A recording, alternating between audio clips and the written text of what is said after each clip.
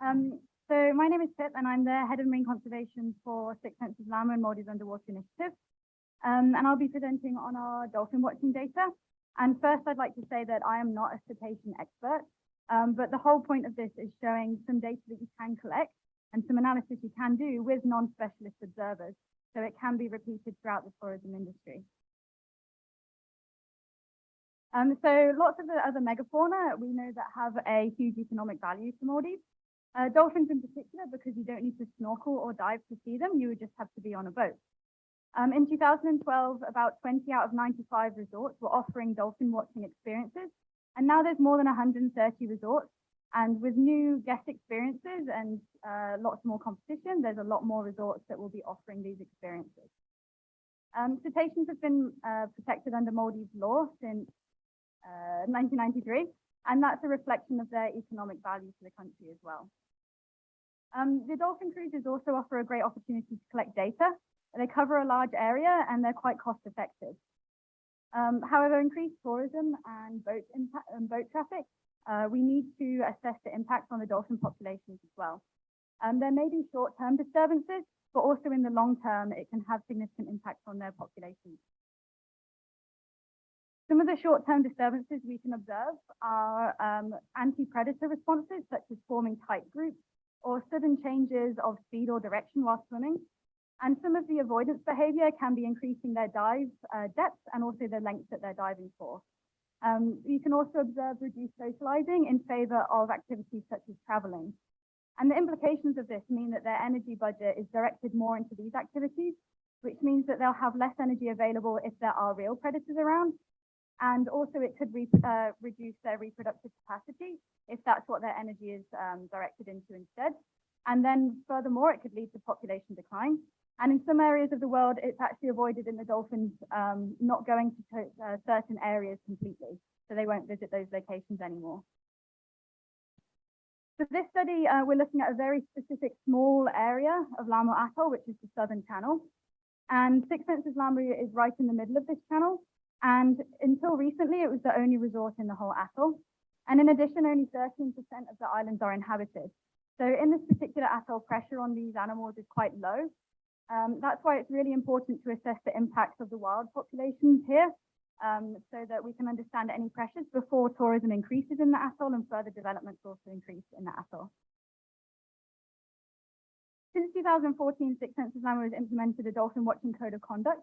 This was developed by the first marine biologist at the resort to make sure that our dolphin watching experiences didn't have any negative impacts on the groups of dolphins.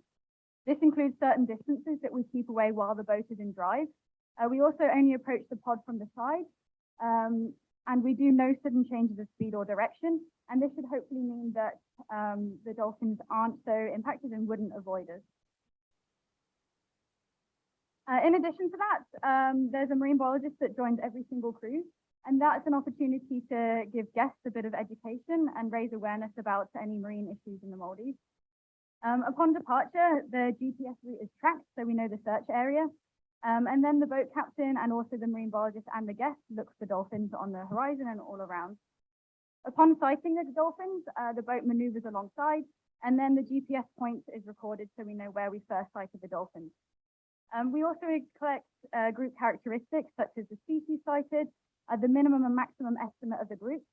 We do a minimum and maximum estimate because for quite new observers, it's easier to guess there was this to this size of the group rather than an exact number. We look at the direction of travel when they were first encountered. We record any avoidance behavior and interaction with the boat and the level of surface activity.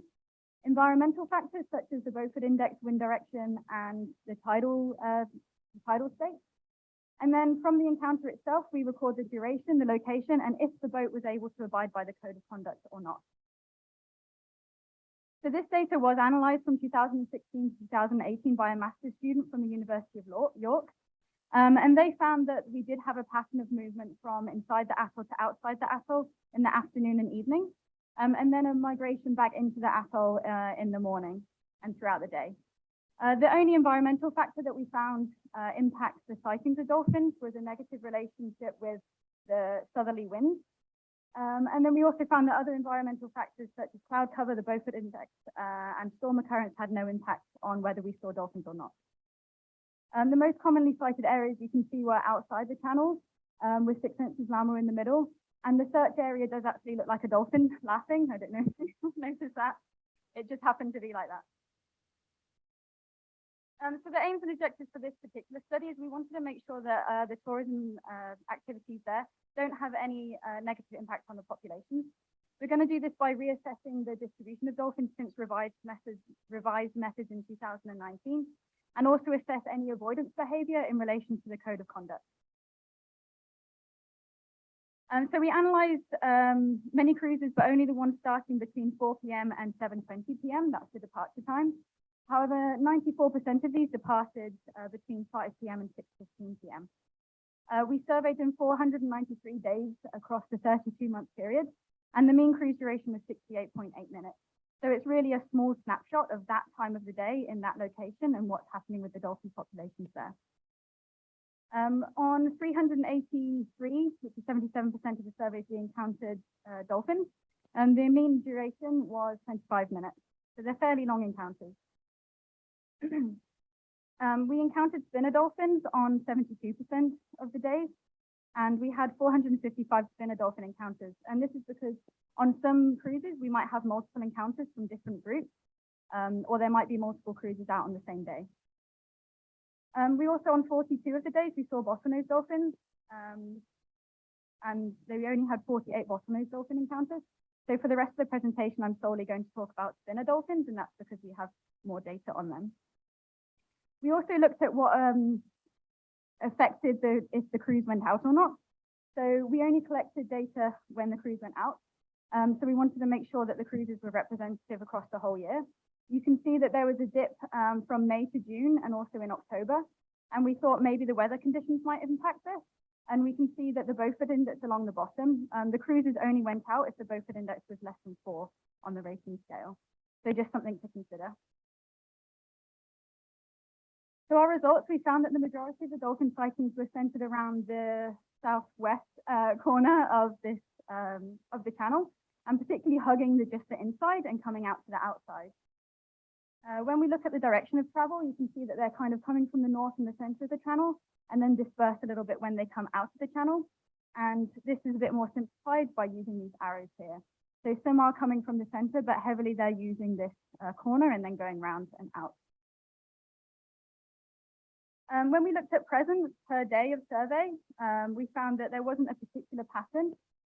They just tend to be highly variable, but there isn't a particular seasonal pattern throughout the years. It's just a bit up and down. And we also, again, investigated this in comparison to the Beaufort index.